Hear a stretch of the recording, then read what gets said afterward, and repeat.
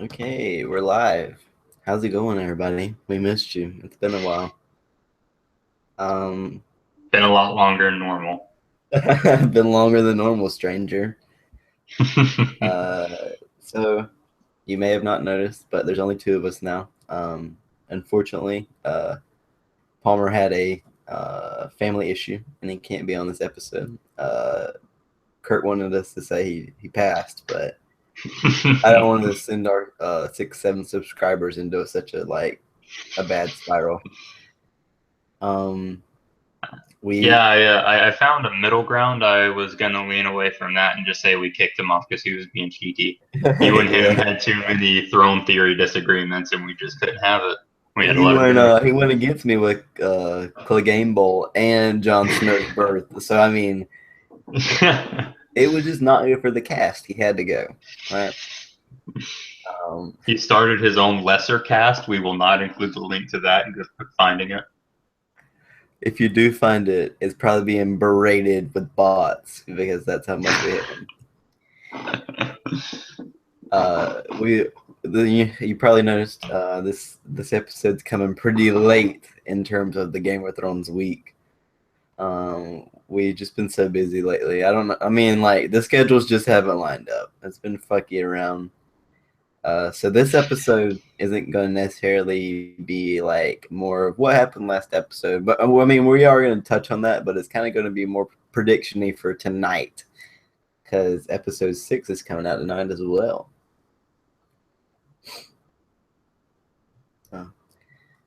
But episode 5. Okay, so with episode 5, we open on Sansa and Bran confronting Littlefinger. Yeah. Now, yeah.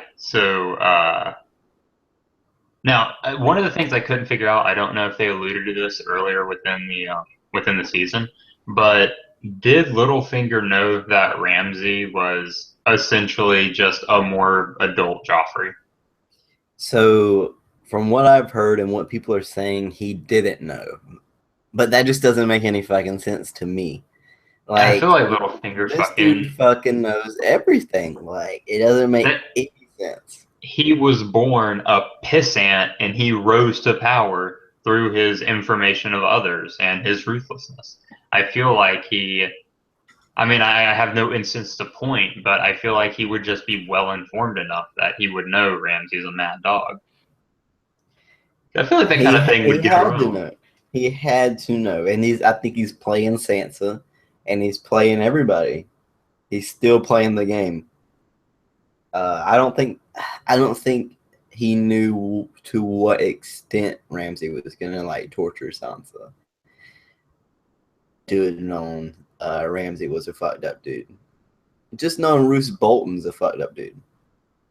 Yeah, it like because that rumor of Ramsey just being like a psychopath essentially, that's kind of floating all around the north, right? Mm-hmm. Yeah, if that's like the hot gossip in the north, I'd imagine it'd get back to Littlefinger in one way or another. Fucking John Umber knew the shit. Like when he walked in the door, like uh, when he says like, I know you killed your father, and Ramsey's bullshitting him, but like everybody knows Ramsey. Yeah, I you're mean, right. I forgot about when your house is known for flaying people and betraying the Starks, that. like it just doesn't make any sense that Littlefinger would give his biggest piece of power to Ramsey. Oh, I mean, to me, it makes sense why he would do it, but I still didn't know if he like knew Ramsey was all fucked up. Like, so him giving Sansa to Ramsey is what gave him. What deal did he make with Cersei? He was going to become the new Warden of the Yeah, North. he was going to become Warden of the North. Yeah, he was going to have the Vale and the North under his control in doing this. So, like, whether or not Ramsey's a fuck doesn't really matter. Giving Sansa just gave him like I don't want to say half the kingdom, but at least what 2/7 of it, three So you're sevenths. saying when he gave him something, like he was pledging his loyalty, pretty much. I was thinking Ramsey more. was pledging his loyalty to Littlefinger in terms of like, okay, now I owe you. Is that what you're saying? Yeah. It does two things. It gets Ramsay on his side, and it pisses off Cersei, allowing her to give Littlefinger the power that he wants. So he played Ramsay against Cersei. That was just another one of his manipulation tactics. So she wants him to take out the Boltons. The Boltons are now sworn to them, and he has been given promise of getting the new title of Warden of the North. He is about to become, if not the most powerful man in Westeros, like top 3. I definitely feel what you're saying. I think that theory, like the whole like conspiracy of what Littlefinger trying to turn the Boltons against against Cersei, that feud in between them. What you're saying, that made a lot of sense last season, and now like this season, it sounds like his plan has went like awry. Like when Cersei had her walk of atonement, it just kind of fucked everything up. Oh yeah, that's true. Because her word didn't really mean shit. Yeah. And so now it's just like he's made this monster that, isn't going to be dealt with in the same way he thought he was going to deal with it. Okay, fair enough. I can agree with that. The other like point of interest that I picked up is that got like really tense when she was trying to force Littlefinger to say what happened to her, and he was just dancing around it. He just wouldn't come out and say it. I'm sure he beat you. He did, and more. And Tell me more. what you think he did. I feel like her doing that is. Oh, continue. And they said, "Did he cut you?" Yes, he cut me. But yeah, like that interaction, her forcing him to say what happened to her. I feel like that's her becoming a bit more manipulative, a bit more persuasive, a bit more of like, I don't know, that's a bit more of a leader thing to do. I feel like that's kind of a step to her becoming a bigger player. To me, it shows me she's like learning how these interactions go. She's better learning like how these fucking conversations, how to turn them in your favor, how to gain the upper hand in like a conversation. I think I remember seeing somebody say this. I can't remember who it was though. Like I saw in a video, but somebody brought up the point that Littlefinger always like meets the Stark people in brothels. He always met like Catelyn Stark in the brothel in his King's Landing, and he met the sister. What's her name? The John Ayers. Which sister? John Ayers. His wife, Liza. Yeah, he met her in a brothel. And in this scene in Old Town, they're actually in the remnants of like an old brothel that the men on the wall used to visit because it's so close. That's really interesting. Is that just like something that someone noticed, or did they think that like it has something to do with like Littlefinger's his desire for power and his I feel like a lot of his sexual ideas are about power, like giving Sansa away to someone is all about power, and it just kind of gets him off. But that was an interesting little thing I thought I'd bring up. That is super interesting. Yeah, I haven't heard anything about that or seen anything about that. Definitely, like brothels are a big part of his character, for a reason, not just because prostitution's the oldest, what's the solid way to make money? Yeah, the oldest job in history. Palmer says now that he's in jail and he's fine with us talking about it. Palmer went away. He's been pirating Game of Thrones episodes a lot, and they just got to him, and he went down. I mean, he tried to run, but they got him. Yeah, I would talk to him about it. I'd ask him why he would pirate this same episode 3, 4, 5 times. He said he just kept wanting to steal. He just kept wanting to take. It wasn't about the consumption. It wasn't about the consumption. It was all about the theft. But do you want to move on to Arya now? Yeah. All right, so moving chronologically, one of the things that I thought was kind of cool that she did you notice that sweet Power Ranger hop up move that she did after Wave Yeah, knocked her ass down? that was so Power Ranger of her.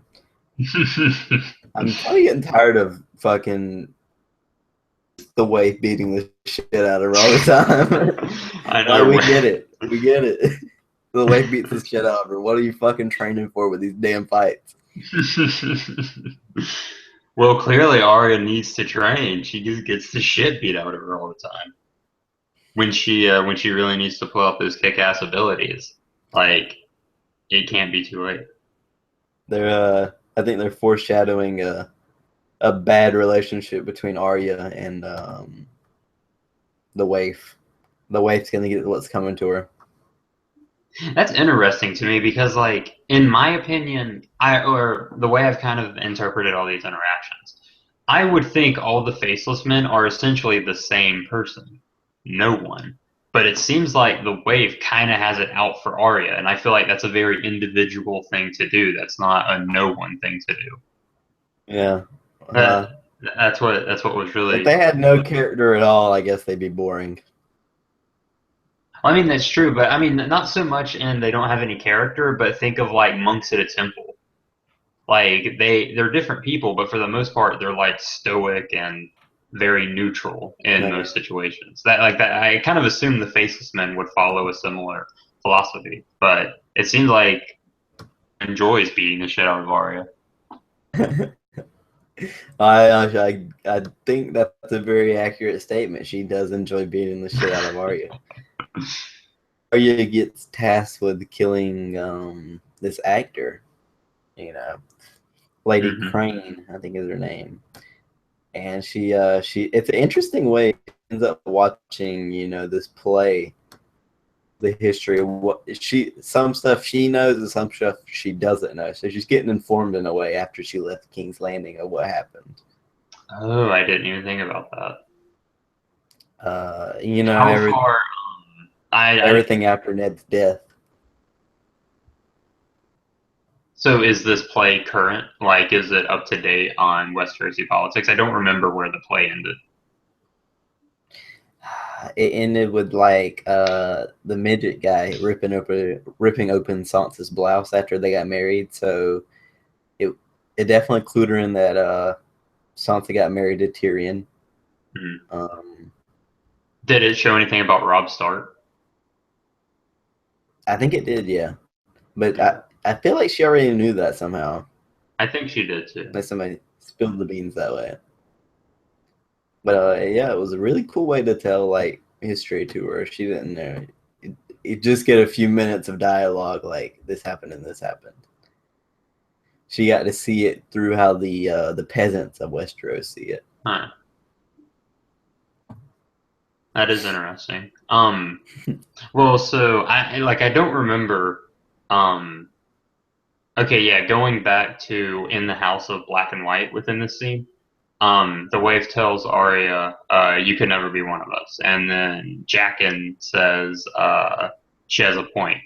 Um, I feel like, again, yeah, this is just speculation. I feel like that is their way of kind of telling Arya she has not become no one yet because she's still holding on to that fucking sword because she can't let herself get rid of that one little piece of Arya Stark. She can't become no one, and maybe they don't know what that item is, but they know she hasn't let go yet. Mm-hmm.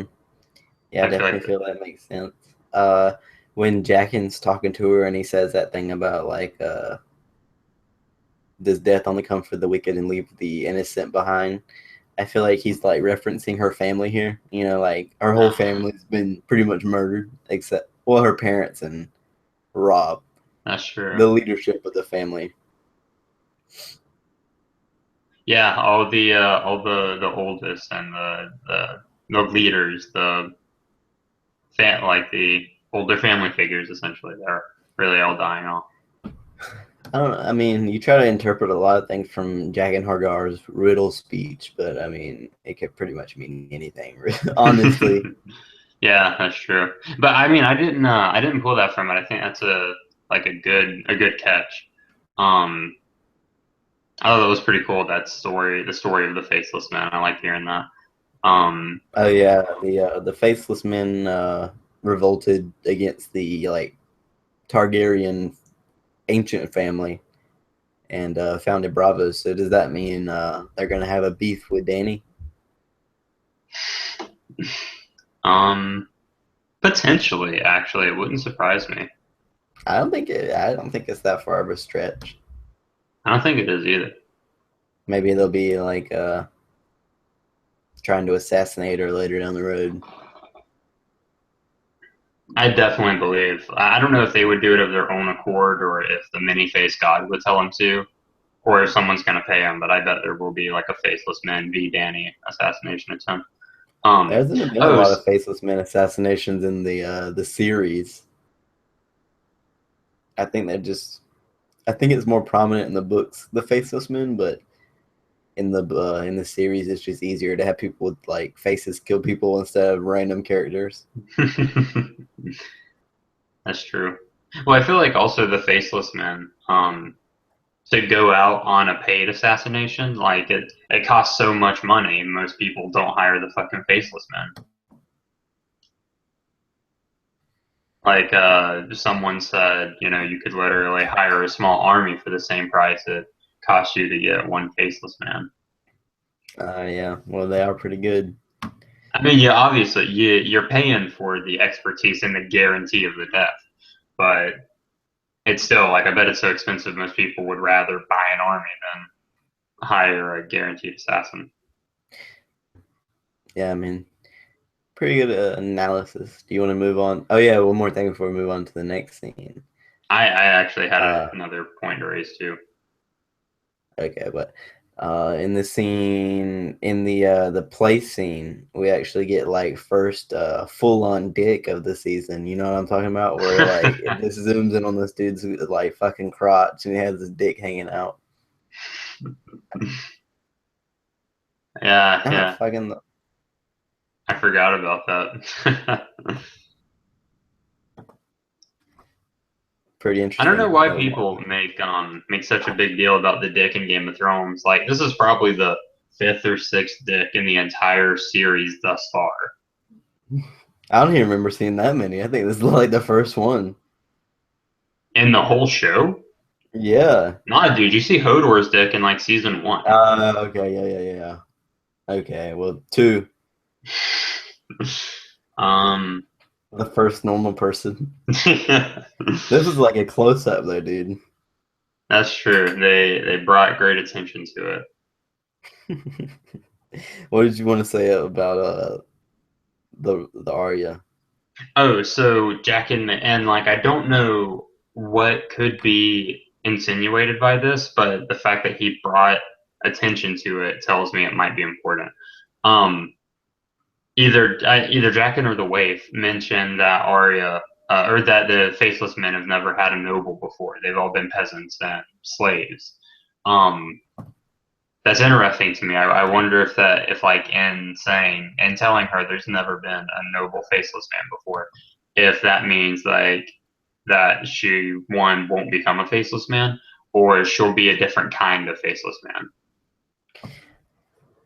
My feeling here is like I feel like they're gonna she's gonna have some sort of breakup with the faceless men and leave. I think she I is don't, too. I don't know how it's gonna happen, but I feel like the tones are setting there. She's not gonna wanna. It's probably gonna have something to do with Lady Crane and having to kill her or something. But she's definitely, with just where they're talking and questioning, she's not just following what Jack and Hagar says, Yeah, I feel and like she's gonna do something that'll like separate herself from them. I definitely believe that. I feel like she's not picking up what they're putting down. Uh, there are constant miscommunications and fuck ups on her end. I feel like she just doesn't have what it takes, either like mentally or in terms of morality or philosophy, to become a faceless man. So I definitely believe there will be a split somewhere coming soon. Yeah, I definitely feel that. Maybe it's a night. I don't know. That's true. I really hope they in the promo was there like a Artist showing stuff. of art. Yeah. I don't remember. I don't think so. I had nothing ringing a bell, but they don't really like to like. The promos are kind of just teasers. They don't really hit the big reveals in the episode. Hmm. Yeah, that's So true. it, That's it true. could very well happen. So we get the origin of the White Walkers. That was interesting. That was interesting. Like what was kind of weird about this scene to me is though we learn the origin of the White Walkers, which you think is like kind of a big deal, but really nothing notable in this scene except for the origin of the White Walkers. But again, like they shoved some kind of object into Dragon glass. oh, they shoved dragon glass into his heart. Interesting. Yeah, that explains the dragon glass vulnerability. Huh. That's really cool. I didn't know that it was dragon glass. I thought it was some kind of like stone or root or something. But yeah, that was pretty cool. We got the origin of the White Walkers. um,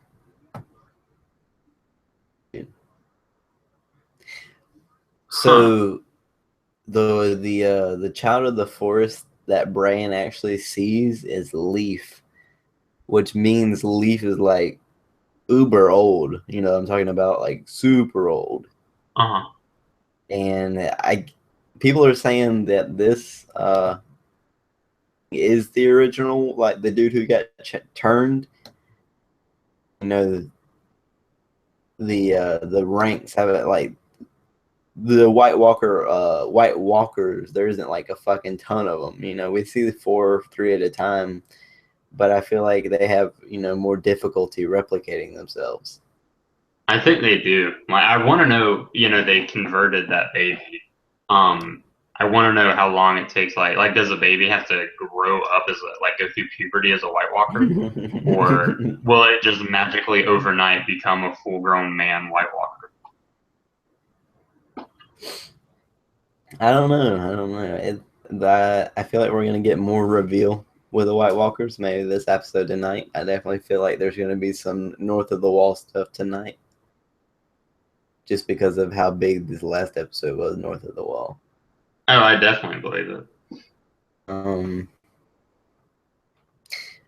I got this. I was thinking about it, and you know how the Children of the Forest they created the White Walkers, right?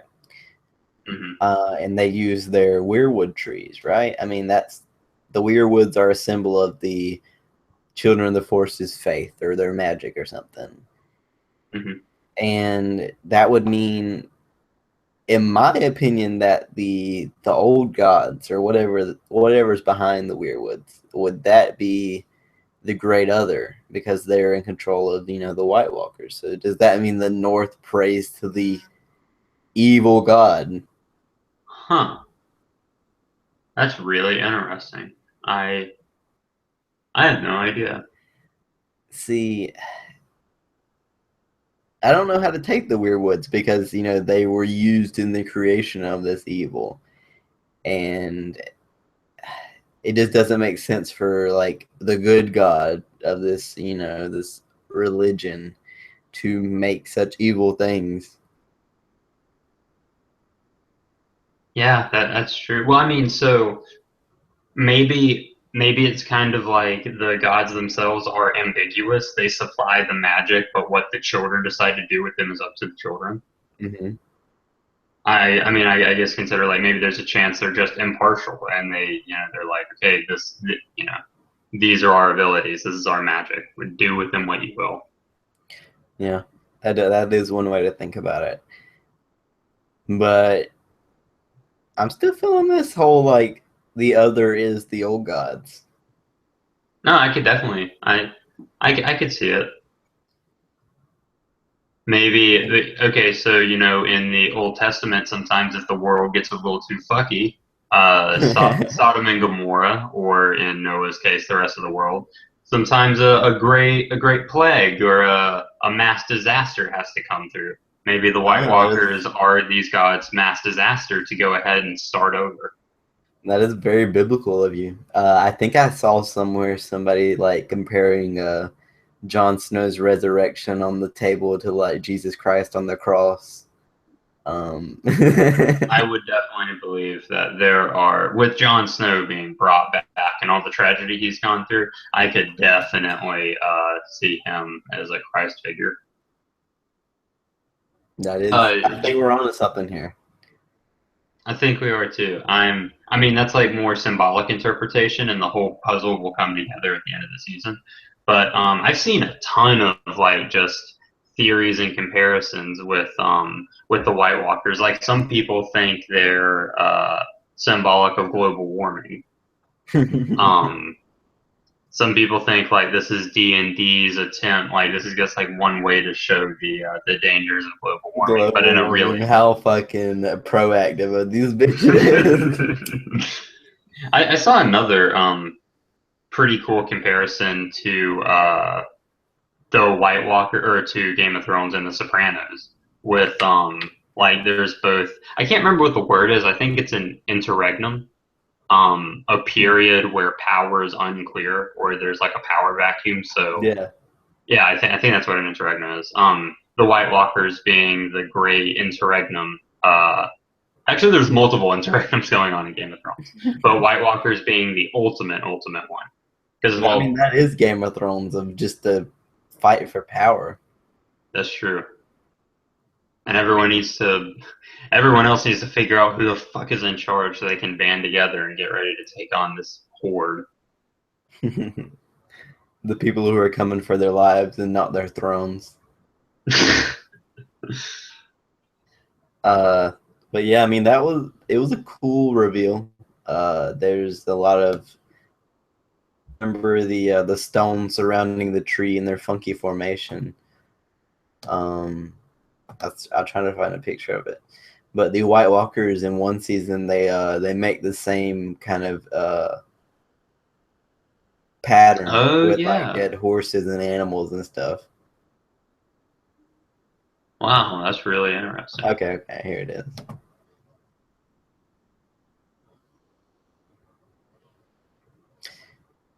That's super cool. But you want to move on to the Iron Islands? Yeah. I had definitely the metaphorical Ireland to the Westeros UK peninsula. That's funny. I don't know how up on Game of Thrones lore you are, but why was everyone just damn. Yeah, I think I had a couple questions that I wrote that I was hoping Palmer could answer because I feel like he just knows a lot of shit about the Iron Islands. Our book resident. Yeah, I feel like they've done more in the Iron Islands in the book, but there. You were cutting out for me. But weird. Damn. Why was everyone just fucking cool with Euron committing regicide? Like, did the Iron Islands have a different law system? Because everyone was just like really on board with the King Killer. Yeah, it turned out it was his own fucking brother. I feel like that was just a way to cut out a lot of like plot if he just admits to it. I think the Iron Islands actually have a lot of like laws against violence against your family, like strict laws about killing your family or murdering, taking your family's wife or for your own or whatever, like raping and pillaging. Yeah, they don't have a lot of laws, but they do have laws about family. So it was weird that they were all like, cool. I mean, this dude's real. Yeah, after even when God, what's her name? Yura? When Yura was like, my first act as queen would be to execute the man that killed my father, and he's just, I killed him. I apologize to y'all, I didn't do it years ago. And then like there were people already nodding their head in the crowd. Yeah, her name was Yara. Yara, thank you. Yeah, like the whole speech, Yara's speech, it was an alright speech in terms of Game of Thrones. And then Theon chips in a little bit. He's still got a shaky voice because he's not all there. Uh, but it's it's an endearing moment, and then Euron comes out like, I fucking killed him, and I don't apologize, and everybody's like, hell yeah, you're wrong, and I mean that pretty much ends the King's moot.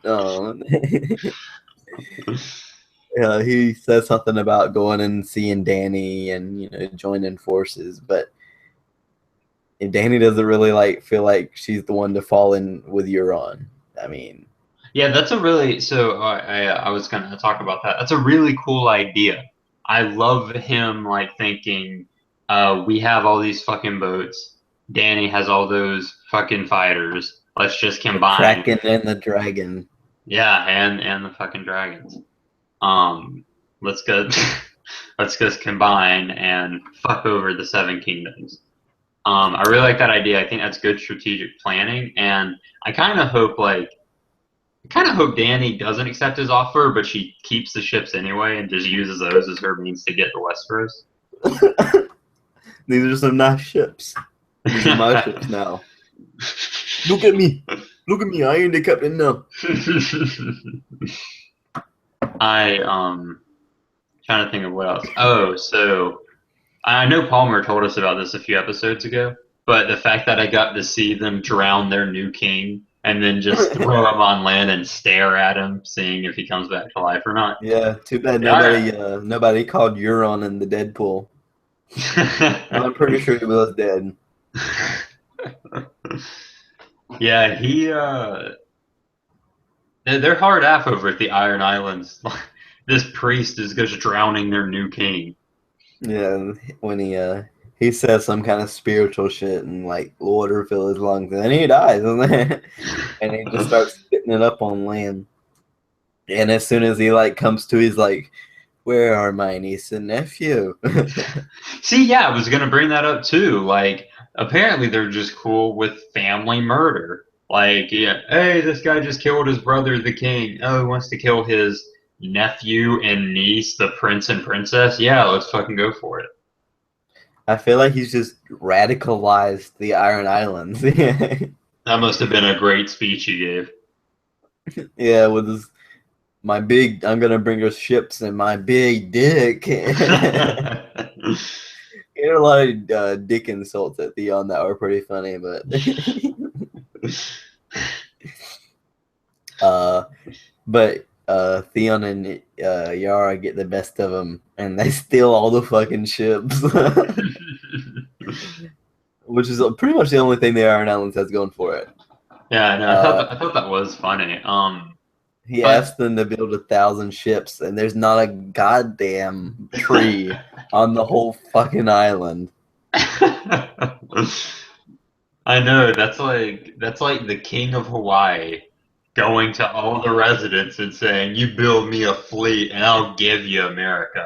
And they're just like, "Yeah, we only got like 3 coconut trees, dude. We can't build a fleet." I don't see how they're gonna make it'll be a bunch of 1,000 canoes. ships. That's what he's gonna give Danny. He's gonna give her a shitload of canoes. We're here. He must have, Palmer was talking about the dragon binder horn. Yeah, I the don't know if they're sure. gonna do horns in the show just because they're kind of sci-fi, and the show tries to stick away from that in the most obscure sense. Like That's they true. don't do That's the true. weird stuff, like the really odd stuff. Yeah, I feel like they try to pull away from very supernatural and fantastical aspects of the story when they can. I mean, the White Walkers and all that lore stuff. I mean, that's really where they draw the line at. When it goes past religion, it's just kind of they cut it out. That's true. So what do you think Yura and Theon's plan is to? Well, one, did they have supporters? I didn't think anyone would fucking support them, but when you saw that scene, it looked like they had dozens and dozens of ships. Yeah, well, it seems like they had enough fucking supporters to maybe just kill Euron. Yeah, Euron had a squad of probably 11 or 12 dudes that followed him. Meanwhile, they had a small fleet that were willing to steal the king's ships and sail out somewhere with them. Yeah, like if you're on fucking coughs up his liquid and walks up that hill and there's a fucking army right there. Who gives a fuck if he's the king of the Iron Islands? He's not going to be that for long. They're about to have a second moot that day. It's time for another moot.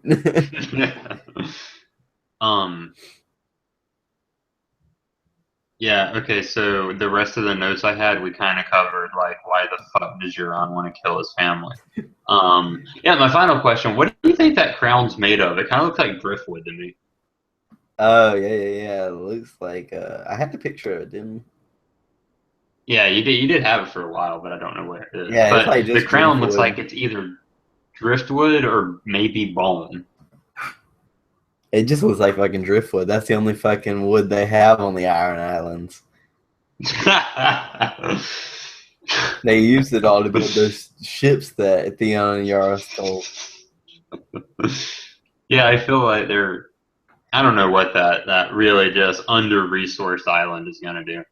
I think it is interesting, though, that they're, I don't know, like, what you place importance on is so subjective. Like, it's normal for us to think, like, well, of course a crown is going to be gold or silver and riddled with gems, that's what's valuable.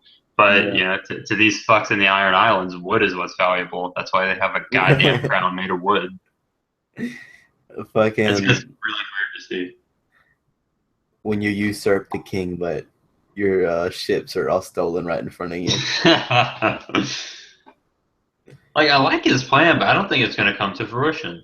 There's at least a decent amount of support for Theon and Yura, and they stole apparently all the island ships, which are just fucking canoes. I like his character, and I think he's going to become pretty big in the show.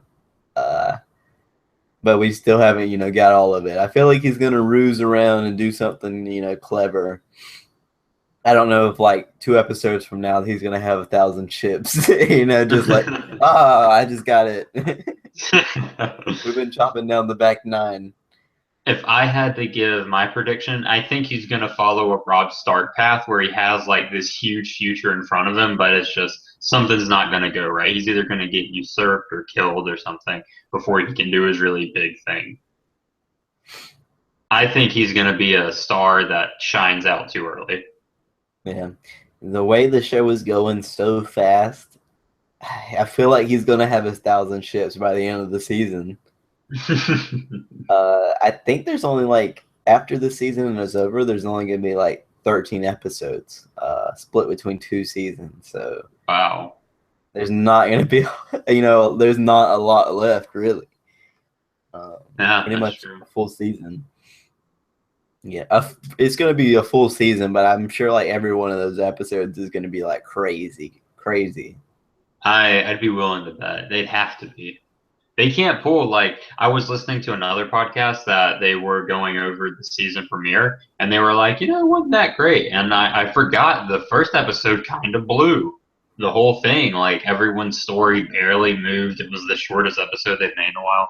I really hope they hit them out the park with the final 2 seasons. Yeah. What do you mean, dude? We got all that Dorne payoff in fucking episode 1. They were like, fuck the Dorne storyline. We're gonna kill everybody. What was bullshit too? I was on the subreddit and I found out apparently Dorne family is such a sacred thing. Like they don't even have I don't even think they technically have laws against killing family because it's such a taboo. They've never needed to make a law for it. You just don't kill your family. You don't harm your family. They are the most important people. And the fact that they would just say, well, fuck that, and murder their brother, and then have the king's guard, the king's own men, just not really give a fuck. Yeah. Like that's just bullshit. Look the other way. That was such a shitty, that was the worst. If honestly though, if they don't talk about Dorne again, I don't care with just leaving Dorne with what it is. Yeah, I don't know. I think they're gonna do something coming up. It's just gonna surprise us. They're gonna pay off some sort of Dorne death. Some kind of tie-in. I don't know. I hope so. But if we move from there, go to I think it's Danny, Jorah, and God, what is Fuckboy's you name? fucking forget his name every episode. It's Dario Naharis. It's such a cool name. I don't know how I keep forgetting it. It's I mean Dario. it's not a normal one, but so we have um, Honestly, I don't have a lot of notes for this. I only have one. Maybe it's me being an optimist, but I really think Jorah is gonna at least find a cure. I don't know if he will cure himself, but I think he'll find a cure. all you gotta do I is think. chop off that damn arm. You think he's gonna come back one armed? I think it's spread too far. Like, even though it's still on his arm, I feel like the virus itself is just riddled in his body. Okay. If he were to chop his arm off as soon as he got attacked, I think he'd be fine now. But I think he fucked himself waiting this long. But I think he's gonna somehow trace the steps of all the people that saw Marine, and he's gonna figure out what they did to stop her progression. Really? Um, the only person I can think of in the series that had stone skin and survived was Shireen. Or wait, did I say Shireen? Did you? That's who I was referring to. I feel like I he's guess I gonna missed it. find. I feel like he's gonna find all the doctors and witches and warlocks and meisters that saw her, and he's gonna figure out what combination they used Yeah. to to cure her grayscale. Uh, in the uh, in the books, they say like sometimes as a kid you can survive it, but in the Oh, uh, in the show, I think they're going to more of a because Stannis said something like it was cured. So I think they're going more towards a cure kind of a thing, I think so too. which makes me kind of wonder where he's going to go uh, in in terms of Essos where he's at. Yeah, You're gonna go to Bravos and have a meet up with Arya Stark or something. Who knows? that would be pretty cool. Yeah, I don't even know though. Like, we haven't heard. I'd assume I probably. I don't know. At first, I thought maybe I'd go to the Citadel because that's like where all medicine is. But as soon as they see that, like the Citadel's admitted they don't have a cure, and I feel like they're just not going to try. They would probably kill him or cut off his arm if he went to the Citadel. Yeah, he'd probably be like murdered just to stop like an outbreak. Yeah, that's what I'm thinking. I don't know what his plan would be. He's probably, I mean, he knows a ton about Dothraki culture. Maybe he knows a decent amount about a few other cultures. Maybe he's gonna find some.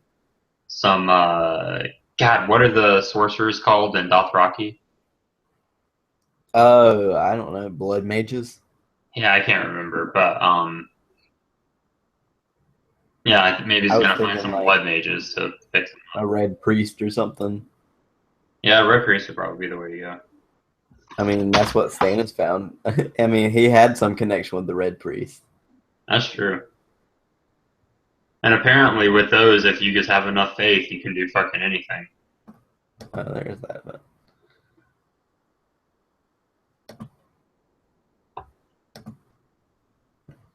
I don't know what he's gonna do. I think he's gonna come and fucking help her sometime, but I don't think he's gonna find a cure. The next scene, Tyrion and Varys. yeah. So we get to meet the another red priestess. And she's a cutie.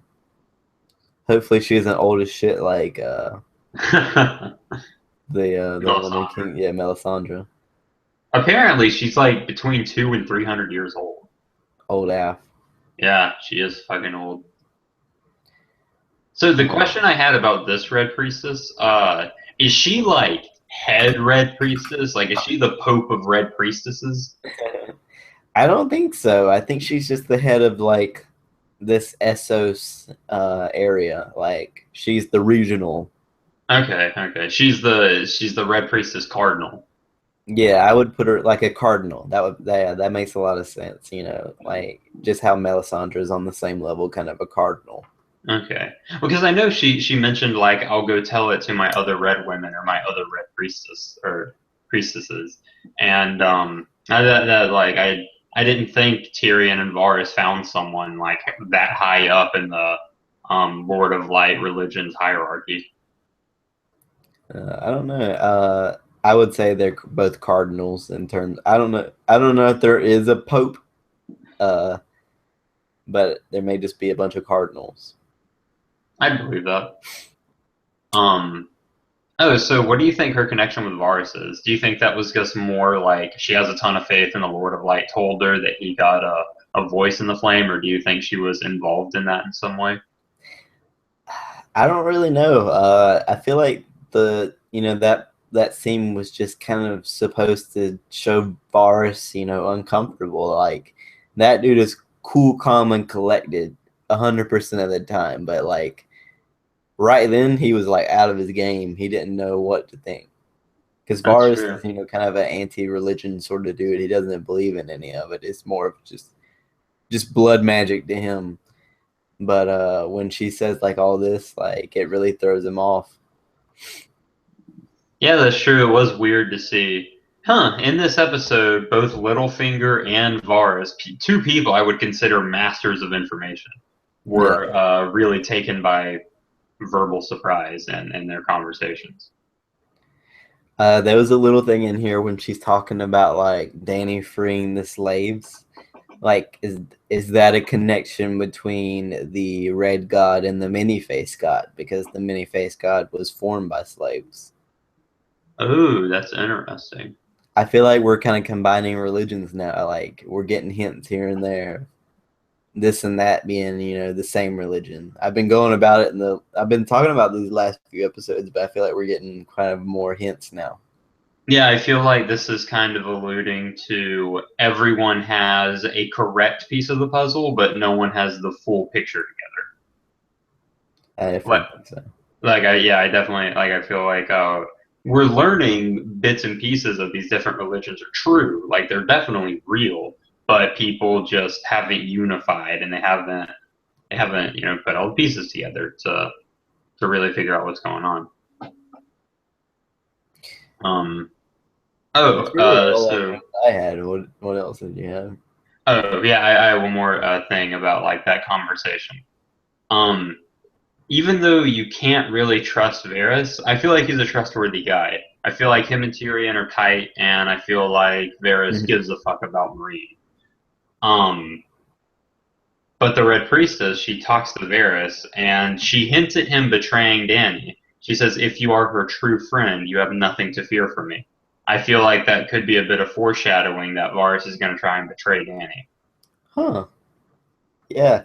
I mean, Varys and Pitar Baelish, they're both like their motifs are very hidden, and Hmm. I think they're going to stay hidden for a while just because they're so good about not informing other people, not letting other people get the jump on them. So I've read like Varys conspiracies, and they've been pretty much pro Danny. But if he did betray, that'd be a interesting revelation.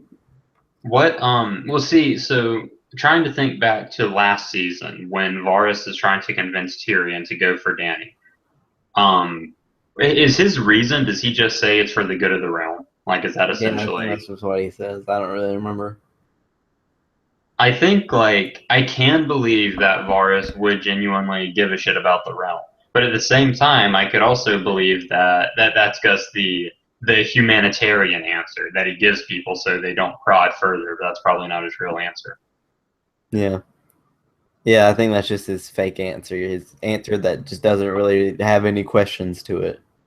Yeah, because someone's like, "How come you don't like dead puppies?" And you're just like, "Well, they're fucking dead puppies." Like it's one of those answers that don't really provoke a response. Uh, so with the next scene, uh, is when I think the next scene when Bran gets impatient. Like he's Yes, yeah, yeah. So he fucks around and gets touched by the White Walker. That's what happens in this so he's fucking around, and the Raven is like high af in another planet, one. and Bran's bored, and he crawls over and touches the root, And that would, to me, that means he gets sucked up in the same, the same dream or That's vision. what I would think. So, really, what is the three-eyed raven doing out here? I Or did they maybe, explain? maybe Is that? I'm sorry. Sorry. the thing here in the background. That is where he was earlier. Remember when they had the White Walkers were made? Yeah, yeah. So is he just going back to the same place? That's interesting. That's true. I didn't think about that. Like I knew it was the same spot. I noticed it was just the same spot, only heavily snowed on. Um, but I didn't think why Bran would go back there. Did they explain whether or not that tree, like, is that tree the tree of life? Like, is that just the biggest fucking tree in the world or something, and it's just connected to the planet? No, it really didn't look that big of a tree. I guess it was just one of the rare trees north of the wall. Okay. But oh, so one of the things, like, it's not really something I noticed, just it shows how big of balls Bran has. Even if I had the ability to travel anywhere on the planet at any point in time, I think and be invisible. I think I'd still be fucking freaked out if I went back and I just saw the army of the undead just standing there in the snow. Right in front of you. Yeah, I wouldn't start roaming through their ranks. Because like it's an illogical thing and it's kind of stupid, but what would you do in that moment when they just all kind of sit up straight and then slowly turn to you? You can't shit yourself out there in the snow. Like I just wouldn't fuck around and start walking through the ranks. I don't know, man. Like That was a ballsy it move. was convenient that they were all just standing right there. He must for I'm just thinking of this right now. The Night King may have been like getting hints of Bran's visions as well, and they went to that tree as like they've been riding out that way Huh. Interesting. Yeah, because I the that makes Night King sense. does have that magic as well, that vision. Do the now what are the White Walkers? Are the White Walkers just anti-human? Is that why they're going after them, or are they specifically trying to go after the Three-Eyed Raven and like all the people in his order? No, I think well the three-eyed raven is so powerful. He's the only one that can really stop him, and so that's why they're pursuing him. Hmm. But I think they just want the world. Fair enough. Yeah, yeah. And if you want the world, this little hub is probably a good place to. This is a strong support network that would be beneficial to take down. Um, so yeah, I mean, just thinking about that, they may have already been on the hunt with Bran's visions, and Probably. they just showed up right there. But I mean, the still going back to the three-eyed raven, like, what is his motives and his reason for what he's doing? It really never explains it. You never really get the payoff. Yeah, so I have no idea what his reasons would be, but based on the kind of character he is, I would equate him to just like a martyr character. He might have a hero complex, this is my responsibility and I have to do. I could genuinely believe the Three-Eyed Raven was doing all that shit he had to do because it was for the good of humanity.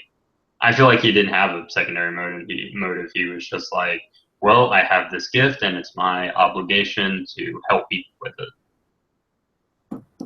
Yeah, it's very interesting. You get the four horsemen of the apocalypse again. I feel like they always travel in their four-man group.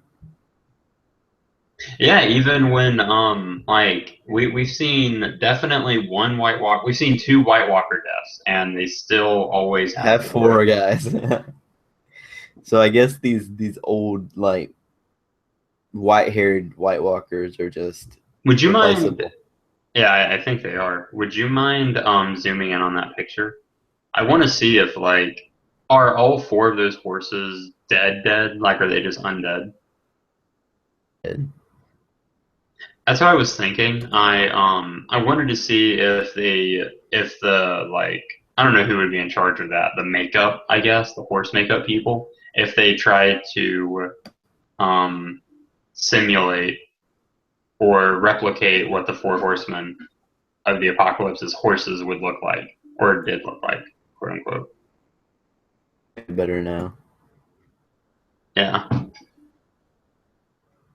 Okay, yeah, they're just all decayed. Especially the Ninth King one. It's fucking like rotten. Yeah, see, that's what I was thinking. Since that one was so sickly, I could have believed that one of them was supposed to be like the horseman of Plague's horse, and one was supposed to be death, and I couldn't really like I think for they all the just symbolize the apocalypse. I think, yeah, yeah, yeah, yeah. not getting I too think I was specific. looking. I was looking too far into it.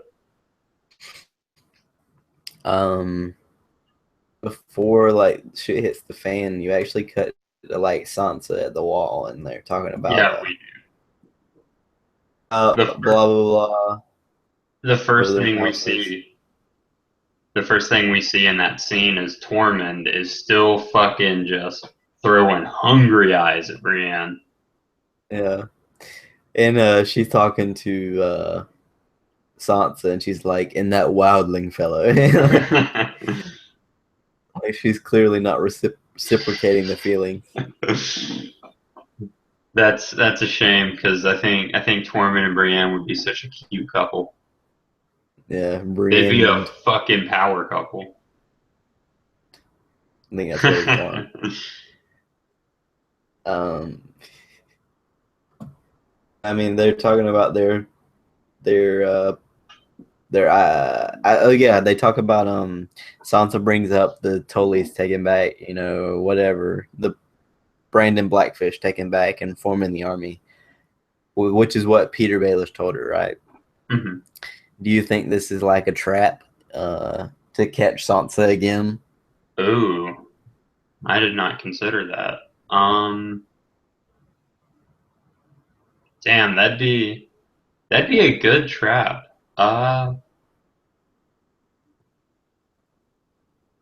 I don't think it is, but that'd be a clever fucking trap. I feel like that was Littlefinger backed into a corner. He was like, "Oh shit, I might as well tell her this to try and either that or he is a super quick thinker, able to pull out a lie like that, knowing she'd leave like with him a little bit more in her favor than when she arrived." Mm-hmm. Fucking, I have an idea about this, and it's kind of conspiracy about this episode tonight. The preview text for tonight is the first part is, how it's like a sentence. Uh-huh. The first part is like an old foe comes to light or something like that. So they meet an old foe again, and since these guys are on the way to the river, where's The the Riverlands. black, yeah, the Riverlands. They're gonna have to fucking cross that bridge that Walder Frey holds, right? Mm, mm. Walder Frey, next episode, calling it. Ooh, that I'm excited to see that. That'd be really cool if he got his comeuppance. Is it well known that Walder betrayed Rob? Yeah, I think the Red Wedding is known with like everybody. Everybody knows the Red Wedding. Um, do you think they would like so Sansa and Jon they meet Walter? Obviously they hold a grudge, but do you think they're gonna act on that, or are they just gonna ask him I to feel go like through? this is Sansa's first like act of aggression, like her first power grab. Like she's gonna have Walder Frey killed. That'd be that'd be really cool. That'd be awesome. Damn, that's a really good guess. That'd be a good one to throw into the death pool. Yeah, I don't know if it's my. I feel like I mean, it's a lot of conspiracy and a lot of guessing here, but But that's a sweet guess if especially if it's true. maybe one of my picks. Who knows? Oh, so in this scene, we learn that Brienne knows Melisandre and Davos conspired to kill Renly. Um, how the fuck did she find that out? Like, is it just a Oh, she hunch? saw the. I think she saw the Shadow Assassin, and it had the face of Stannis, and she just put it together. Okay, okay, fair enough. I mean, I feel like she's taken some leaps, but luckily they're the correct leaps. Hmm. And when she like saw the Red Woman's magic, she kind of figured it, like put two and two together. Okay, I believe that. I'm trying to think.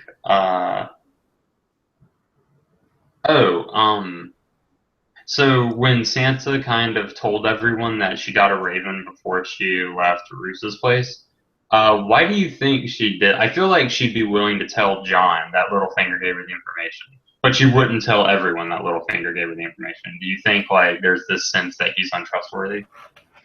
I don't know. I think they're sowing the seeds there, but there's really no reason. Like he's only her half brother, but really the only family she has at this moment. Yeah, that's true. Some of the only family in Westeros, Yeah, because Arya's basically. fucking off in Bravos and fucking Rickon's a prisoner. Rickon's gonna die soon too. Yeah, that'd be an interesting one for the death pool. I'll probably put him in next episode's death pool. Yeah, I'll save it. I think it's gonna be episode 8 probably. I believe it. But who knows with how fucking fast this season's going? He could die tonight for all we know. Oh, the last thing. So I only have one more point Yeah, of it was a interest. short little thing. It was. I mean, they broke it up into two parts. Um, the Night's Watch has like 20 dudes left. I was gonna say the same thing. Like they only have like 14 dudes, and the only dude there that knows anything. they're they're just all. Why are they even still there? Like all the people that really give a fuck about the night. Like at some There's no point, wildlings to fight off anymore. I mean, yeah, that's true. There's no wildlings. The White Walkers are coming. All the leaders are dead. Like the current leader is essentially the Secretary of State. That's how he got promoted. And he's not an old, like, worn down veteran. I feel like he there's was not a fucking strong. Speaker of the House, and like eventually ended up being the leader. Thank you. I don't know the fucking chain of command. But yeah, essentially that's what happened. He was in third or fourth place and just fell ass backwards into this position. He didn't even know he was the leader until John was like, "Well, who the fuck else is?" Yeah, Um, when he has to close the gate, and he's like, "I'm not the lead." Well, yeah, I guess I am. I am. There's only 18 of us left. at some point, isn't everyone just gonna look at each other and be like, "So can we desert now?" Like, why I are we don't still know if here? a significant amount deserted after the Thorn Rebellion ended because there was a lot of like there was probably 50 people there. Remember, like when Yeah, they when Thorne was ready to fucking kill Davos and those other guys that were held up inside. at least 30 bows like at the door. Yeah, yeah, that's true. There has to be. I'm just amazed that there's not more deserters. Like the Night's Watch it's not even like an army group anymore. It's barely a militia. It's a They're gang. not getting any. They're not getting any like recruits. I guess like they've been cut off. Yeah, I mean, Night's Watch is a fucking shit show right now. I guess everybody just forgot about the North. They forgot about Dre. Everyone just kept caring about goddamn the King's Landing. capital and yeah, King's Landing. Um, but yeah, that's really all I had really for that. You think Tormund's gonna die pretty soon? His love interest with Brienne's not gonna be good for him. Damn. Yeah, I he obviously doesn't have plot armor, but I feel like he's in a pretty good spot. Like I don't know. I feel like he's good this episode minimum. I could see him dying this season though. I could see him dying in the big fight for Winterfell. Yeah, I could believe that. I feel like he's getting like people like it. The audience likes him too much now. It's time for them to kill him all. Yeah, they got him like Game of Thrones has been too sweet this season so far. They really haven't fucked us ruthlessly. But you want to move on to the final brand scene? Oh yeah, the when Bran gets touched, I have another. Well, kind of going into the wall when Bran got touched and it broke the seal. that magic in the tree, does that also mean it can break the magic of the wall? So is Bran Ooh. unknowingly fucking the whole world here? Because he was too bored to sit and practice. Yeah, I Yeah. feel like this is Bran's, Stark fuck up moment. You- uh, what's his Rob had his ended with his death. John had John had his, his ended ended with with his his death. death. Arya just fucking. She's probably gonna have her soon with the Actually, yeah, faces. Arya hasn't fucked up like massively yet. And Sansa fucked up, with Joffrey. But So Sansa's fucked up a couple times. she's been fucked a lot. Fucked a lot. Um, and Rickon, he's about to just get fucked. Yeah, but I mean, he didn't really fuck up, but he's just about to die. So yeah, definitely this is Bran's fuck up moment. Besides him falling out of the castle. If only he could be if only he could be quiet and enjoy the porn for what it is. So one of the things that kind of annoyed me about the Children of the Forest, I can understand that they're an ancient race and that maybe they don't replicate as much as the normal folk do. So that's why there's only like 7. But in the books, they're kind of presented to be magical, more like how firebenders and Avatar are, as opposed to what they really are, which is just alchemists. Um, Yeah. that I don't really care for. I also don't care for if you only have a small amount of people and you're fucking off in this secluded, isolated area. Why would you not just have a shitload of those things already made? They have like seemingly 7. They have like 7 or 8. Yeah, that's not a good defense They plan. did use quite a bit of them when they were trying to save Mira and Jorah and Bran getting inside the tree. Remember they got attacked Yeah, with yeah. I Jorah. mean, that's definitely true. They use more than we've seen so far, but they still only like they should have had a slingshot system or a sling system. They should have had like highlight curved holders Well, that they they would. had fucking magic. I guess they weren't worried about it. They didn't foresee the breaking of the seal. Yeah, that's true. That's true. Maybe I would slack off on my fire bombs if I thought I was perfectly safe too. But I don't know. I kind of wish it was more like from their body's energy or coming out of the palm of their hand. Like I wish it was more magic that they were manipulating it. Sciencey, Yeah. scientific, uh, sci-fi. I mean, but then it goes back to that same thing we were talking about, where they kind of cut out the science fiction, magic kind of stuff. Yeah, I know. That's a little disappointing, but what can you do? It's Um ugly ass. At least she gave her life. At least she gave her life.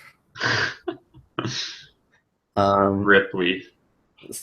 so right before this, fucking Mira and Hodor, or Mira's talking to Hodor, or Hodor's just saying Hodor, saying like, um, she says something about like, I want an egg or something like that, or something to eat, something better than moss. How has this big ass motherfucker been living off of moss? That don't make no goddamn sense. Yeah, that's true. Yeah, there's no fucking way he'd be a husk of his former Hodor self. He's probably been eating those children of the forest when they're fucking. Where is Petal gone? Anybody seen Petal? Firefly?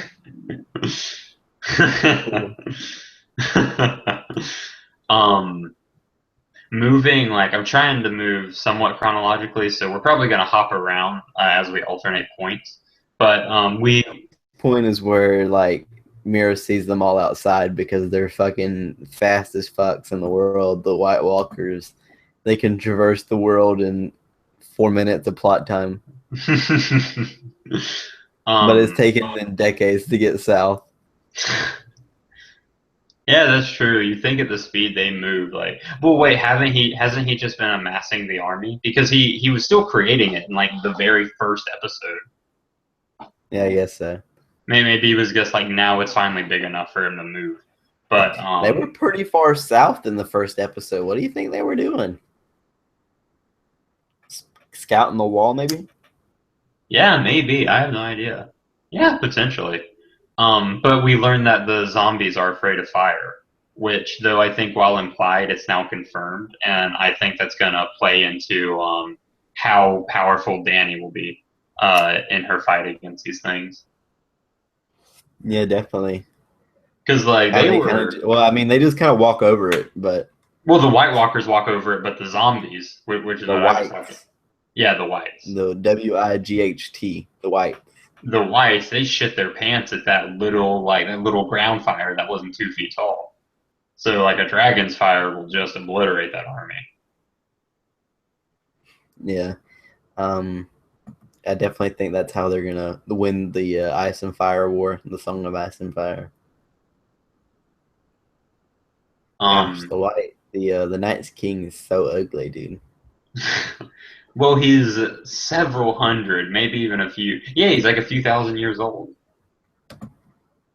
He looks pretty I'm trying to good for look at his being. armor and see anything fucking like It's kind of weird that he has armor. I feel like he would be more of like naked ice people.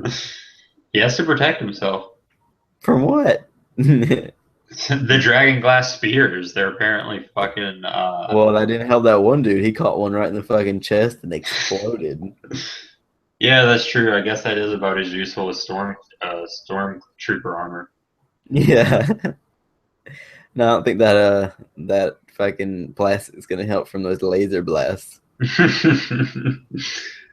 I don't know if you guys know this, but lasers fucking melt plastic. Like it ain't doing shit. You ever put like one of those paper plates or plastic plates in the microwave? um. So what I had happening next, and what was just real bullshit.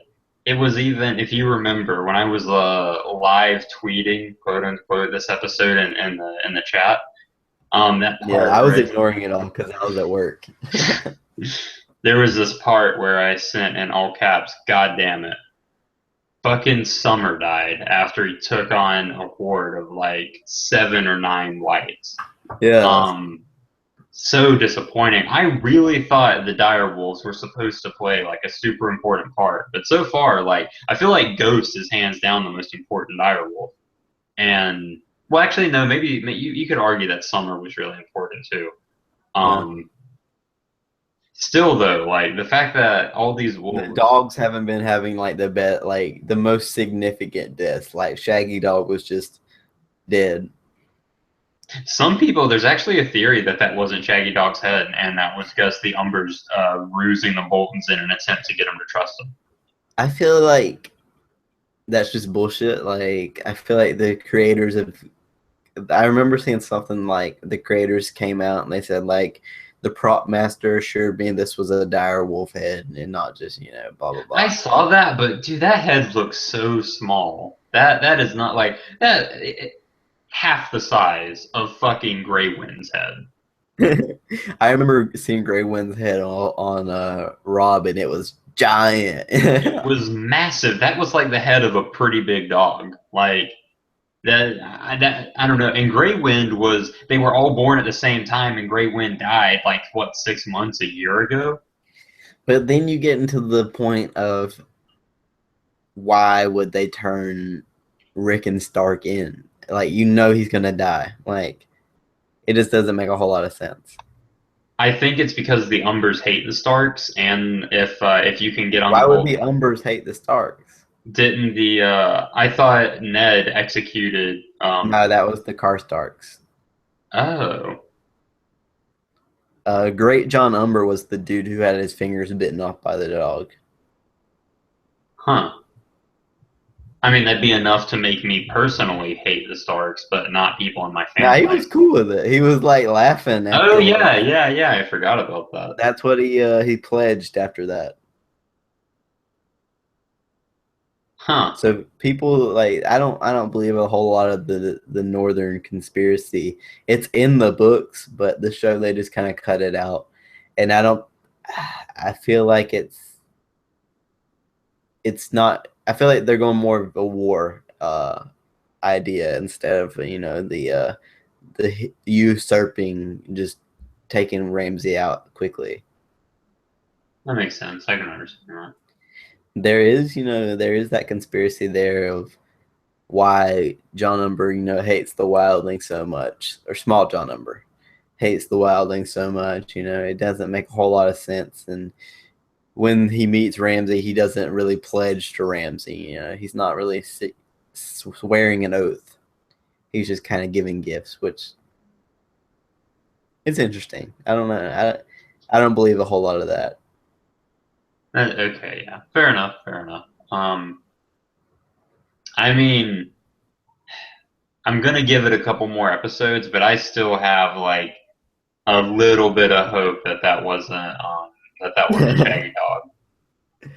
I feel like it was Rip Shaggy Dog, but there is the idea that he's still out there, and I guess that makes you feel better.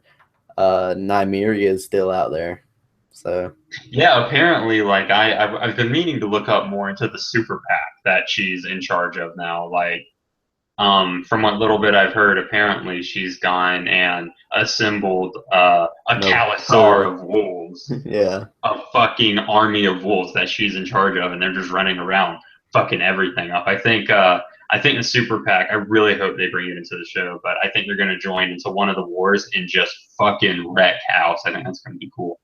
Yeah, that'd be sweet F.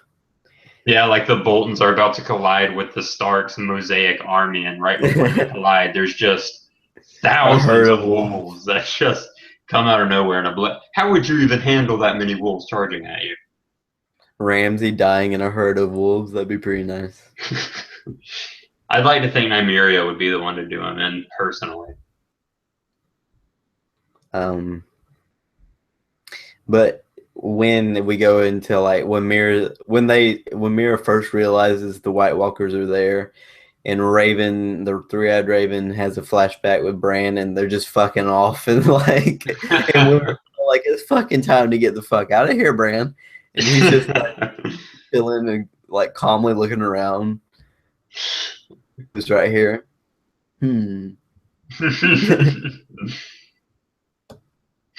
I don't know why he took him back to Winterfell. Like, people say he was like giving them information subconsciously or something like that.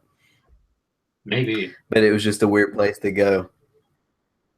So before we get to the big, like, I consider one of the biggest parts of this episode learning where Hodor's name came from. It was kind of bullshit how. Did you notice how the zombies can essentially, they're spiders now, they can stick to the walls and the ceiling and just crawl around? Yeah. I didn't care for that because like I can believe that they're like these creepy fucking like twitchy thin spindly creatures, but I just can't believe that these human skeletons have the ability to climb on a ceiling. Defy gravity. Yeah. I mean, I don't know. It looked intimidating, but it was still at another suspension of disbelief. But I didn't understand how like is Bran essentially like a telephone for the present and the past? Because her voice was able to fuck with Hodor immensely. Okay, I think Hodor. Are you saying with Hodor like shaking back and forth or whatnot? All because Mira kept saying, "Hold the door." Oh, that part? Are you talking? I'm trying to think here. Did I skip ahead too much?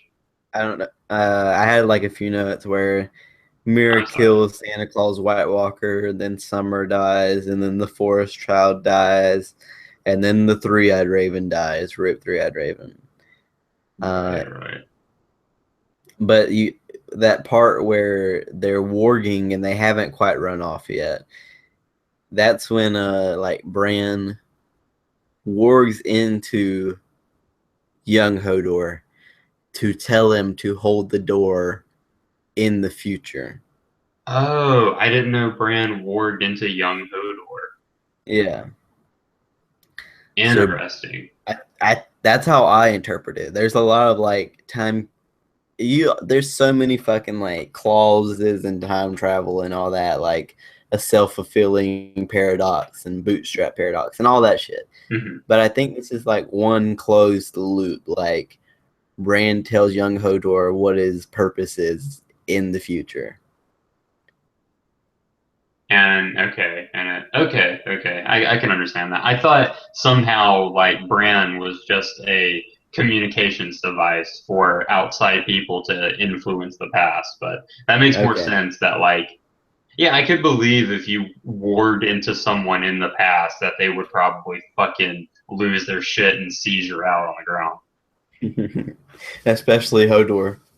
Well, I guess he was kind of a smart lad before he Yeah, he wasn't got even retarded. simple back then. Like he was just a regular. Bran was able to ward into a regular dude and it destroyed his mind. Bran's kind of a dick. Yeah, I mean, Bran really fucked up, and I feel like this episode tonight is gonna have some Bran sadness in it. Like he realizes he fucked up. He's gonna have to deal with his consequences to his subconscious and his morals. Okay, yeah, I believe that. My second note on this was why did Mira want Hodor to sacrifice himself for Bran? I guess I really didn't piece together that Bran was just like he somehow warped into Hodor in the past and was just I don't want to say selfishly using him, but he was pretty selfishly using him just so he could escape. But we get to the. So I want to say this beforehand, but you loyal viewers, you'll realize last episode we were or no, this was actually in our chat. I called Hold the Door, Hodor. Like, remember we were talking about the title was The Door? Mm-hmm. I pieced that together. Hodor, The Door. I'm pretty proud of myself. Though it's a good catch, I think at the time we were making door puns. Yeah. But I mean, I did call it like first. You did. Palmer just submitted his Deadpool. It's fine with me. Did you have any of those picks? Let me go through. He said Mira, Jorah. Jorah by Sue. Well, shit. I'll let him have Loras just because I mean it was a good one. The other two were pretty dumb, I think though. I feel like Mira does have a bit of plot armor, and yeah, the second one I don't really see happening. But yeah, those are Gucci with me. Jorah by suicide. That fuck. Um, So do you want to but get along yeah, with the death? I mean we can talk about Hodor's death. You don't have to glance over it. I mean, Oh, right. it hit me really hard. I mean, I was pretty much in a dark place for a while. Hey off, dude. Like since episode 1, you're like, who is this? Who is this Hodor guy? And why does he say Hodor? Like, it was the longest fucking payoff. 6 seasons later, you're like, oh, it was just all for that one moment. I liked it though. It was like it was a pretty cool payoff. I mean, yeah, I definitely liked it. Like, if Hodor could have died anyway, that was the best way. Yeah. Him nobly sacrificing himself as he's getting stabbed, bitten, and eaten, and just pulled out by fucking White Walkers or by Whites. So yeah, I mean, we can talk more about this in the conspiracy and the Deadpool later on. But do you want to just drop our Deadpools now? Yeah, sure thing. Do you want to go you, me, and then we read off Palmer's? Uh, We can comment and review on how good his picks were. so well, I mean, do you want first pick or what? I'll go first. I think last week I can't remember who went first fucking last week. So my first pick, I'm calling it. It's gonna be I think Oleana, the Shame Nun. I think Septuna? yeah, Septuna. I think during Yeah, this confrontation, can you see my notes? can I see your notes? Yeah, like on the screen. No, I cannot. Okay.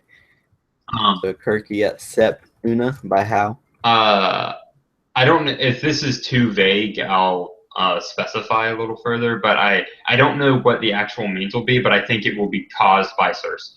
I think Cersei will tell someone, "Hey, there's a nun in there, big bitch. Make sure she goes down."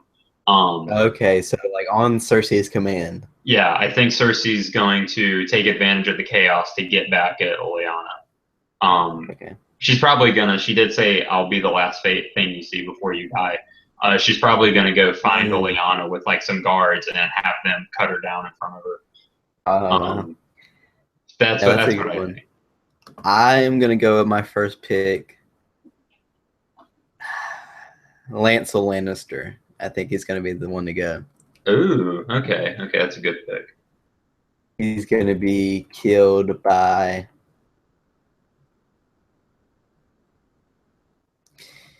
I think he's just gonna be killed in the chaos by like one of the soldiers, like a spear. I, Like he's I like chaos is gonna ensue, and he's gonna die. So I'll just yeah, say by like a soldier. I think that's acceptable. You know, by soldier.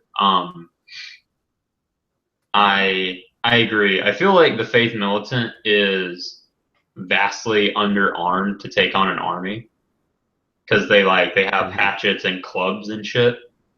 I feel like the armor and swords of these trained soldiers are gonna outdo them. The Faith Militant is more like a street gang, whereas these guys are trained soldiers.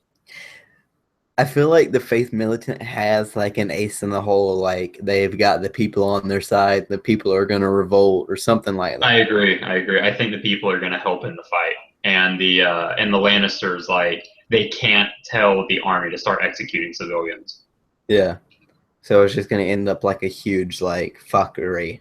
Like I I think feel so like a too. lot of people are gonna go down on both sides, but it's not gonna be as one sided as you think. I think so too. Um, Palmer called Mira. Mira by White, which that's not bad, you know, especially based on the promo. They're still being chased by the Whites, you know that they haven't lost the trail yet. I mean, Um, Hodor, he looked like he could hold that door for maybe a minute longer. Like mhm. she's carrying Bran, so it seems like to me she's gonna like ditch Bran. Like when she's saying I'm sorry, I'm sorry. In the promo, it feels like she's gonna fucking leave him and run. Oh wow, I did not consider that. That'd be pretty awesome. As right as she tries to run away, he wargs into her and forces her to stay and fight off White. She's gotta hold the sled. Mira. Fucking that's funny.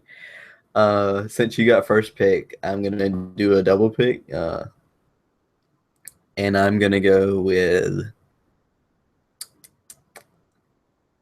Lady Crane. Lady Crane, the fake Cersei that Arya Okay, was okay. tasked to kill. Oh, that's a good. God damn it, that's a good fucking pick. And Lady she's trained gonna be by killed poison. You asshole. by the way. By the waif. Interesting.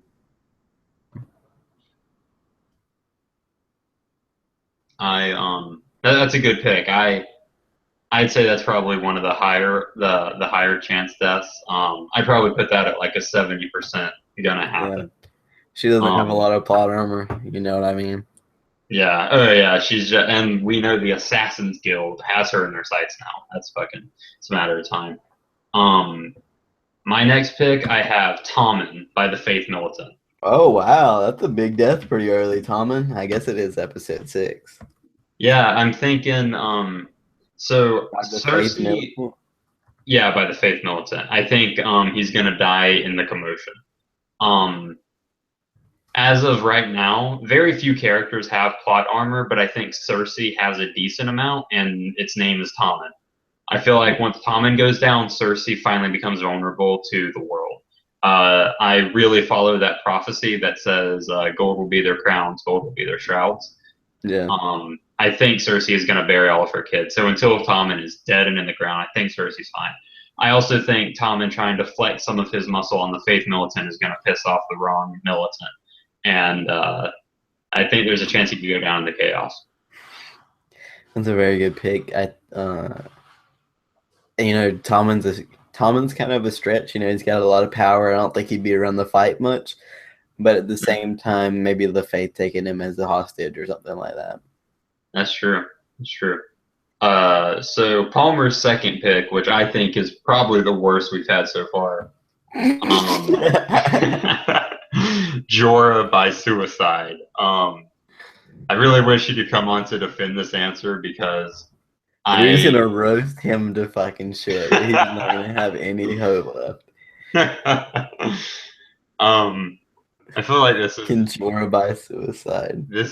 awful because Jorah's still. I mean, admittedly, he said he's gonna when in reference to his grayscale, he said I'll take care of it before it gets too far. So there is the implication that he'd be willing to kill himself before it gets too far. But I think for right now, he still has it at minimum a couple of weeks before his body succumbs to grayscale.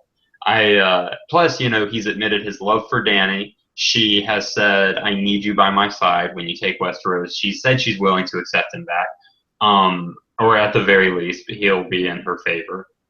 And she gave him an order for the first time since his exile. Find a cure. Got something to like live for, some kind of like task. Like these people in time set on a quest. Like he's finally got like structured, like plot left. Yeah, I feel like if he was gonna kill himself, it would have been after fucking his second exile. Yeah. Either that or if during their most recent interaction, if Dany was like, "Fuck you, Jorah, I don't care," then he would have killed himself. But since she like reciprocated the love a little bit, gave him an order to benefit him, I feel like that's an awful pick. You should really be ashamed of yourself. Can we take away one of Palmer's points? If he does do that, but yeah, I feel like that was the shittiest pick of this whole cast, and we're kind of thinking about kicking him off just because of that pick. Can we take away one of his points because that pick was different? -1 point. You now have 0 points, Palmer. That pick was so awful. Do you also think that? Let me try and think of a worse pick real quick. Gendry by Kraken. Can I say that? Gendry by Kraken. Yeah, that's pretty much a shitty one too. So do you want to juggle it back off to me? Yeah, you can have this one. Okay, so in the who is it? Her name's Marcella, right? The queen.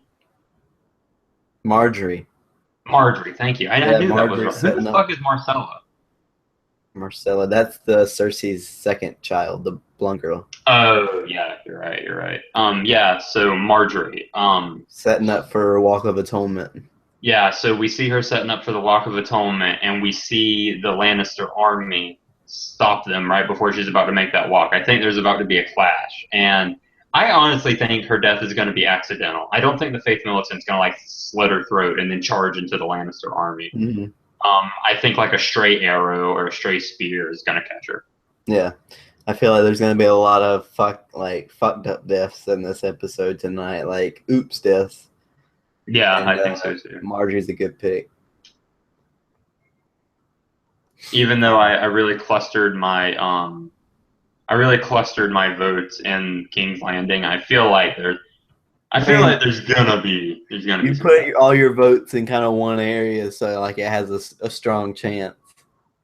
Yeah, I'm hoping like based on the promo, it looks like that's gonna be an area of interest. For my last pick, I'm gonna go with a big one. Like I mentioned it earlier, Walder Frey. Yeah, I really like that pick. I hope that happens. But I'm feeling it in my heart, and he's gonna be killed by Sansa's command.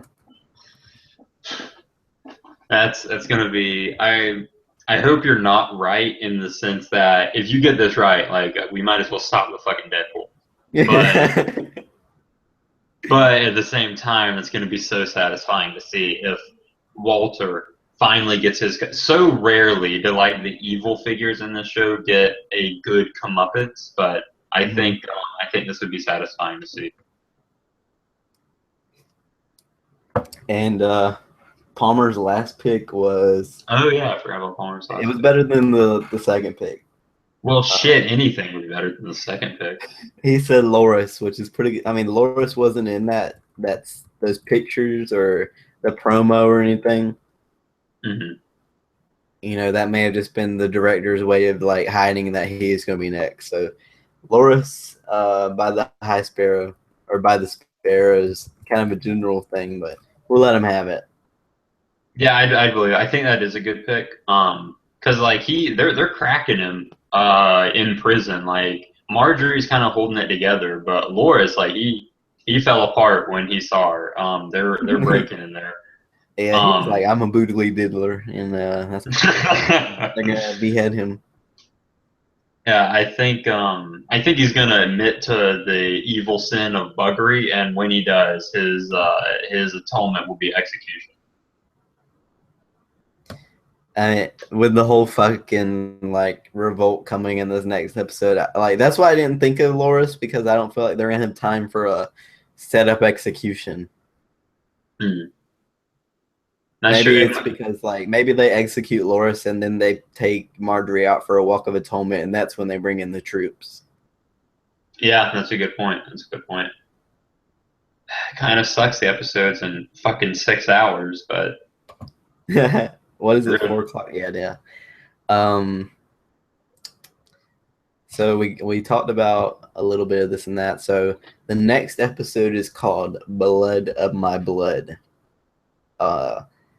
So you can take that, in the conspiracy, stretch it as far as you can. It sounds like something, the Dothraki say. That's what I was about to say. That sounds very Dothraki. And we really haven't talked any in this episode about the Dothraki. Yeah, that's true. Dany has another fucking Dothraki army now. That bitch fell ass backwards into 2 Dothraki armies. But now the scene in the the trailer for the season, with the dragon flying over the horses and shit. Maybe that's next episode. Maybe that is. That'll be cool. I'm glad Dany very easily and quickly got back on top. Very cool to see that crazy bitch goes do her thing and gain control. Now Dario in the trailer for this episode tonight, he says like, you're a conqueror, Khaleesi, and she's like, I take what is mine. What do you think she's taking? Is she gonna kill the wise masters? Like, she's gonna come in and Tyrion's gonna be like, yeah, we set up a deal, and she's like, fuck that. And she goes and murders them all. That's awesome. I didn't even consider that. When she said I take what is mine, I was trying to figure, like, she already has Marine. So what else could she want? Yeah. Well, even though she has Marine, people are still undermining her authority. So I'd really like if she rose to power in Marine, the other major nations are just kind of like, whatever. And then she just fucking massacres everyone in the land. I feel like she's got this Dothraki force now, so who knows what she's gonna do. Yeah, I'm really excited. For take what is mine. God, that's such a good pick that she goes after the wise masters.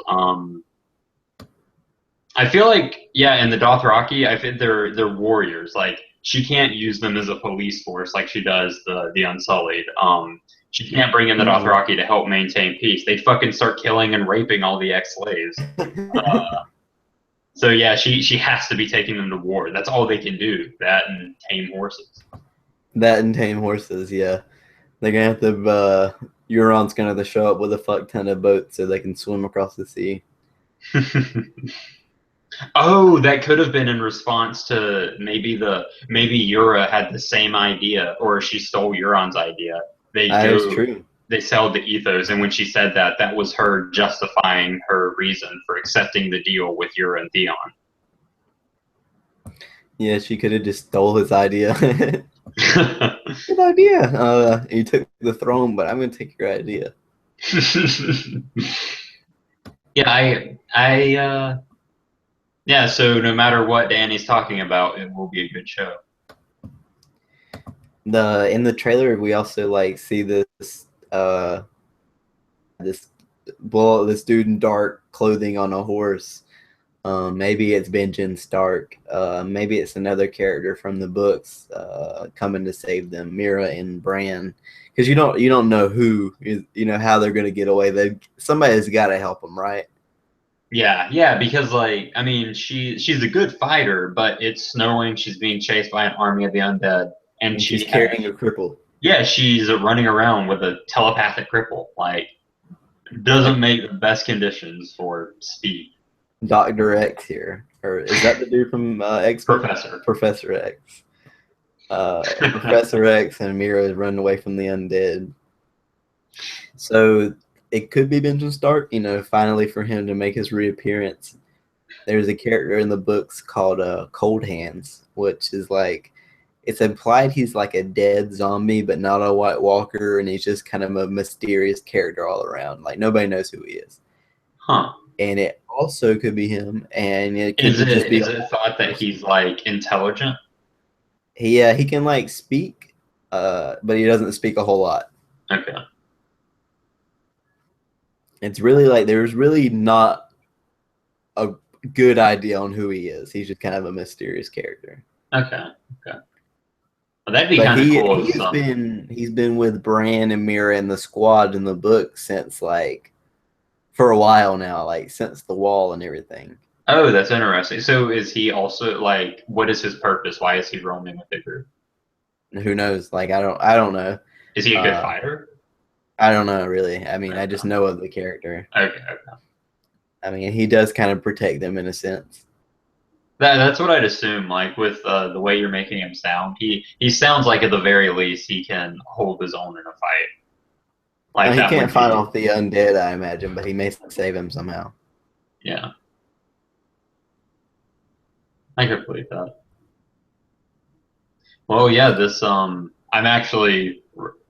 I'm super excited for this episode. Probably like top 10% most anticipated episodes. Yeah, this is gonna be a good one. I mean, not even to knock down the last episode, which was a super good episode. Hold the Door was fantastic. Hold the Door was fucking great, and the title made it sound like just any other like episode, like The Door. So good. So we're just reading the next episode's the description. An old foe returns, so frey reunion. Gilly meets Sam's family. Could there be a death there somewhere? What I thought you were getting at earlier when you referred to an old foe returns, and you were talking about the clip Anvil, I thought you were talking about maybe the Hound will be reintroduced this episode. The next episode is called The Broken Man, so I'm feeling that's the Hound episode. Okay, yeah, that's a good guess. That's a good guess. Arya faces a difficult choice, so she's deciding to become a faceless man, deciding to kill this woman, deciding this or that. Who knows? And Jaime faces off against the High Sparrow, which is the big thing. Probably the end of the episode, the big. You know how in every Game of Thrones episode, the end, there's that big thing. There's the big fucking like what the fuck moment. Yeah, I definitely believe that. That is gonna be the big highlight of the episode. But we have talked about that like face off to death. Gilly meeting Sam's family. How do you think that's gonna go down? I think not well. The trailer, she says something like, "You haven't told him I'm a wildling," something like that. So I don't know if these people in Westeros can just recognize a wildling off the street, like if they're gonna know, or if she's gonna have to tell him or something. But I don't know. The Gilly Sam stuff has just been really boring, and I feel like they got to spice it up somehow. Yeah, I think they do too. Because like all that, essentially, what's happening is this dude that knocked a girl up out of wedlock is gonna go be a doctor for 2 decades. So Yeah. he has to bring her to the fam. I feel like this is gonna throw a wrench in his plan to study at the Citadel. Like, I don't feel like we have enough time for Sam to become a wise maester. Like, we definitely something's gotta happen new. Like, something's gonna throw a wrench and speed up this process quite a bit. I was reading a theory. I can't remember exactly like what the purpose of it was, but it was talking about how the big thinkers in the show. One of the things that's kind of glossed over is Sam is probably one of the smarter characters in the show. Yeah. He reads a lot. He's like a thinker. But he is intellectual, but Sam is not clever. Like Yeah, Sam is yeah, not yeah. a solve problems guy. That's true. So like, whereas you're right, he's not clever. He doesn't have a tactical mind, but he is intelligent. I think Sam, as a big thinker, will join leagues or contribute his knowledge in one way or another to more intellectuals and like I don't know in some I don't know what the fuck they're going to be talking about, what kind of problem they're going to solve, but I think his brains will contribute to some kind of task force or committee or something. Do you think they're gonna show up back at the house wherever? Where is Sam from? Sam. I was actually just about to ask you that. He's I gonna feel like show he's up from the. and like the father's gonna die somehow, and Sam's gonna become head of the house. Oh, that'd be interesting. I did not consider that. Well, shit, that'd be fucking problem solved right there. Um, I don't know though. Did it say he was from the capital? I feel like he was from like the Summerlands Yeah, something like or that. He wasn't from the capital. He was from like some prestigious house, Samwell Tarley. So whatever that means. yeah. I think he had a nice place, like He's a a nice place family. with grass and well, a kind of nice family. Um, he's not freezing his nads off up north. But that would be an interesting way for like Sam to get some power. Just so conveniently gets home and his dad dies. What good plot. Yeah, It's that's true. gotten easier to predict Thrones. I don't know, like they've been so quick. It's been easier to predict the episodes, but at some point they're gonna throw like a fuck you somewhere. Well, they need to. Like, I mean, I wouldn't say like I feel like I have pretty good ideas of where things are gonna go, but I still couldn't write out a paper of what I know is gonna happen. Like, I'd be willing to bet my death pool's fucking wrong. Uh, I feel like I can get an idea for where it's going, but I still can't predict what's gonna happen. See, Oh, what the fuck Lancel. kind of he has? That's a monkey wrench. That is his weapon against an army, a fucking monkey wrench. I don't know. I guess that's kind of like armor piercing. Oh, okay, I believe. Okay, yeah, yeah, I believe that. But dude, they're just so fucked. Like the extent to his armor is a chain wrapped once over his left shoulder, once over his right. Yeah, like anybody should be able to cut through him. I There's bet there's got to be some kind of conspiracy going on here. if you give me a suit of armor and a sword, I bet I could hold my own against him. I bet I could kill him. How hard could it be? You just stab him once, he's wearing no armor. Slash and slash. Yeah, that'd Just be all you had fucking to catch do. his chain and yank him around. Yeah, the Faith Militant, unless they're wearing some bulletproof vests under their clothes, I feel like they're just or probably chainmail. I'll go chainmail, unless they're wearing chainmail under their clothes. Uh, I just don't see how they're gonna end up on top after this quarrel with the Lannister army. Yeah, the Faith Militant isn't looking too hot, but there's gonna be a twist. There's gonna be a twist. There has to be because it looks too one-sided right now. I think it's purposely looking one sided. They're putting that in there. If I can give us a big fu. So I think the really important question that we haven't touched on yet: do you think Marjorie will actually be naked in this episode? Slash, do you think we will see her naked this episode? I definitely hope so, man. I Holy definitely hope shit, so. dude! There's Oleana. I almost guarantee she fucking dies. I feel really She's good got her about that shame pick. bell out, if you can see it. She's got her shame bell out. Yeah, I didn't even know she was right there with him. I thought she was in the church just fucking off somewhere, and Cersei was gonna hunt her out. I Yeah. bet. I'm calling that she dies. Called Lancel just because he's fucking this picture right here. Like he is fucking right there. Something's gonna happen. Some kind of like how the Civil War started the shots at the Sumter. It's The just gonna shot be heard around the world. yeah. The fucking yeah, it's gonna be the arrow heard around the kingdoms. He's gonna fucking just get stabbed and it's gonna go to shit. It's all gonna go to shit. I think so. Yeah, he's either gonna get stabbed or an arrow is gonna pierce him, and that's when all hell's gonna break loose. You think there's a conspiracy with the what is the house name Margaret's from? Wait, what house? What house is Marjorie from? Tyrell. Tyrell. So the Tyrells, they get their army into King's Landing, and they're like, "Fuck the king, we're taking over." That's true. The Tyrells do have a bigger army. And they're inside the fucking city. Yeah, that's true. They're already fucking there. Why not go for the power grab? Seems wise to me. Maybe this is all a conspiracy by the what are they called? The Faith Militant. No, the Marjorie's family. What's the fucking name? Oh, called? the Tyrell. Tyrell. God damn, that's a hard one. The Tyrells have just been behind it all, and they got Marjorie captured to fucking let Tommen open the gate. It runs all the way back to the grandma. The grandma and this old dude have been in it since the beginning.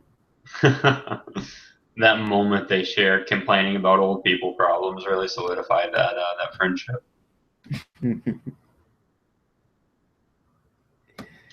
But I don't know. I guess it'd make more sense if they weren't torturing Loras, but yeah, that's true. That's true. Well, plus the Sparrow hates nobility. Work with them. I just thought about it. Wasn't the shot heard around the world for the Revolutionary War, not the goddamn Civil War? Because that's not important if it's a Civil War. That's not globally important anyway. I don't know. It's not good to me, so I went with it. Fair enough. I'll fucking look that up. But if you look that up, it was good. Good recording this Westeros Weekly. Sorry it was a little late. But yeah, it was a lot late. Like it came out the same day that the new episode is coming out. We'll have to drop the next one. Oh shit, we'll try to squeeze it in there in the next. How early do you have to wake up tomorrow? Tomorrow, Monday. I have to be at work at 4:00, so if we do it like at noon, it'd be easier. I was thinking we could probably try and do it tonight, but I don't think we could. Yeah, we could. Do you think Palmer would be able to like stay up to it? Yeah, I think he would. So yeah, maybe tonight we'll drop one. 2 Westeros Weekly within 24 hours. You're welcome. Yeah, I'm not against it. Now that I think about it, though, I've been watching. I think it helps me a lot when I watch the episode twice. Yeah, that is true. It might be better to watch it, tonight, wake up pretty early, segregate out some space, watch that, or watch it a second time, and then record. That is true. But tonight, get hyped. King's Landing fuckery coming on. The Game Bowl next episode probably. So get hyped. A lot of big shit happening in Westeros. Thanks for listening, everybody. Tune in. Tune in tomorrow for the second episode, or for our next episode. With our schedules, who fucking knows? It could be fucking 3 weeks from now, but we're going to promise tomorrow. Don't get your hopes up.